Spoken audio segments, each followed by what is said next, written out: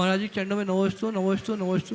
महाराज जी वर्तमान में भगवान महावीर जी का उपदेश है कि अणुवती बनी है, लेकिन आज लोगों के मन में डर है, भय है कि अगर हम अणुवती बन जाएंगे तो मर्यादा का भोजन है या हमारा खान पान है बाहर का भोजन है, तो क्या अणुवती बनने जो श्रावक बनता है तो उसके लिए किस बात की मर्यादा होनी चाहिए, और लोग इस डर से निकले कि जैन धर्म की जो खान पान की जो चीज़ बताई गई है उसमें लोग अपना जीवन ढाल सकें। नमस्ते महाराज जी। देखिए, खान पान के संदर्भ में जो लोगों के मन में संकोच है, ये इसलिए है क्योंकि हमने खान पान को अपने धर्म की एक क्रिया का अंग बना लिया। शुद्ध भोजन करने में इतना संकोच क्यों? केवल इसलिए कि हमने शुद्ध भोजन के प्रयोजन को नहीं जाना। यदि आप विशुद्धतया अहिंसा की आराधना करना चाहते हैं तो आपको अपने खान पान में शुद्धि की जरूरत है। हिंसा से डर मन में आ जाए, अपने आप खान पान में शुद्धि हो जाएगी। डर तो जगाइए, हमें व्रती बनना है, व्रती बनना है, व्रती बनना। व्रती बनने का उद्देश्य क्या है, भाव क्या है? यदि आप अपने आप को पापों से बचाना चाहते हैं तो व्रती बनो। व्रत का मतलब क्या? पापों के परित्याग का नाम व्रत है। पापेभ्यो विरतिर्व्रतम, पापों का परित्याग व्रत है। अब चलिए, पापों का पूरी तरह परित्याग नहीं कर सकते, आंशिक रूप से तो करो। और आंशिक रूप से करने के लिए अनुव्रत ले लो। अनुव्रत लो। अब अनुव्रत लिए हो तो शक्ति के अनुसार अनुव्रत को जितने अच्छे से, जितने उच्च स्तर पर निभा सको निभाने की कोशिश करो। 1 पैसा भी पैसा है और 99 पैसा भी पैसा है।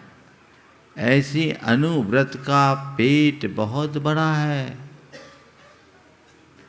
यमपाल चांडाल ने केवल चतुर्दशी के हिंसा का त्याग किया और अहिंसानुव्रती बन गया, और ऐसे महान आदर्श को प्राप्त किया कि आचार्य समंतभद्र महाराज ने उसका नामस्मरण किया।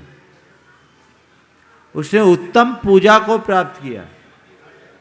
सवाल व्रत की स्थिति का नहीं है, सवाल व्रती की निष्ठा का है।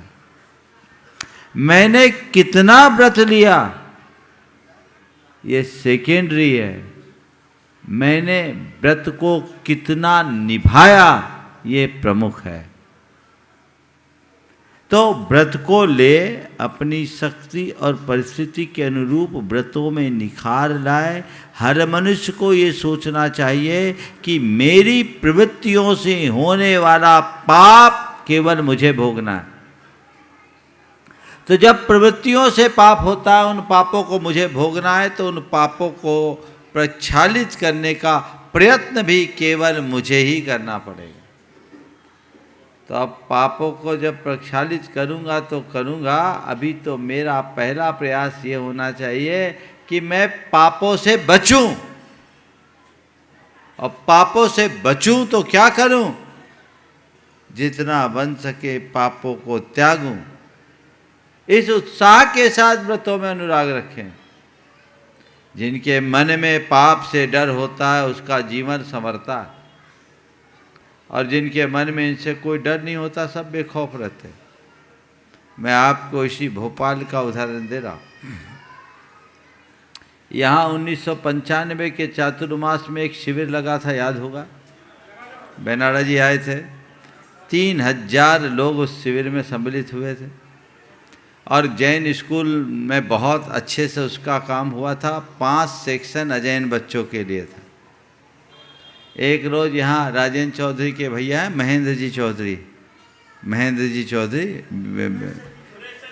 सुरेश चौधरी आकाशवाणी वाले, अभी है ना, चले गए। वो एक दिन आए मुझे लगता है राजेंद्र आ गए। अच्छा, तो वो एक दिन मेरे पास आया, उनके साथ एक सज्जन आए थे। वो एक दीक्षित साहब थे, चार्टर्ड अकाउंटेंट थे। उन्होंने कहा महाराज जी एक शिकायत लेकर आए आपके पास, एक शिकायत लेकर आए। मैंने कहा भैया क्या शिकायत है?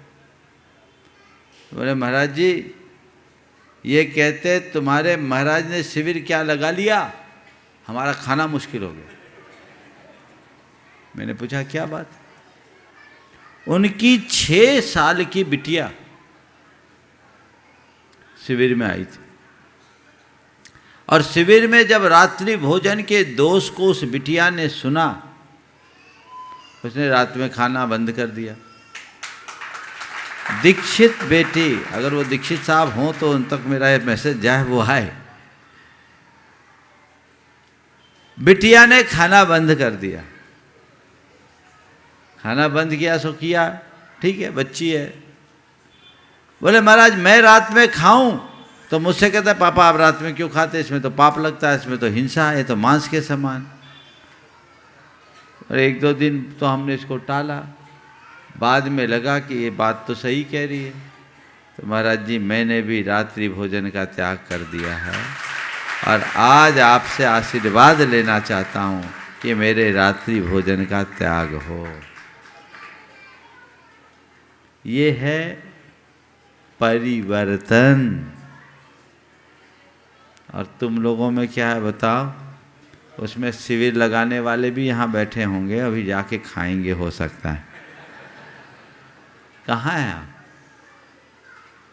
जब तक अंतरंग में पाप का डर नहीं होता तब तक जीवन सुधर नहीं सकता। इसलिए अपने जीवन को सुधारना चाहते हैं तो पापों से डर।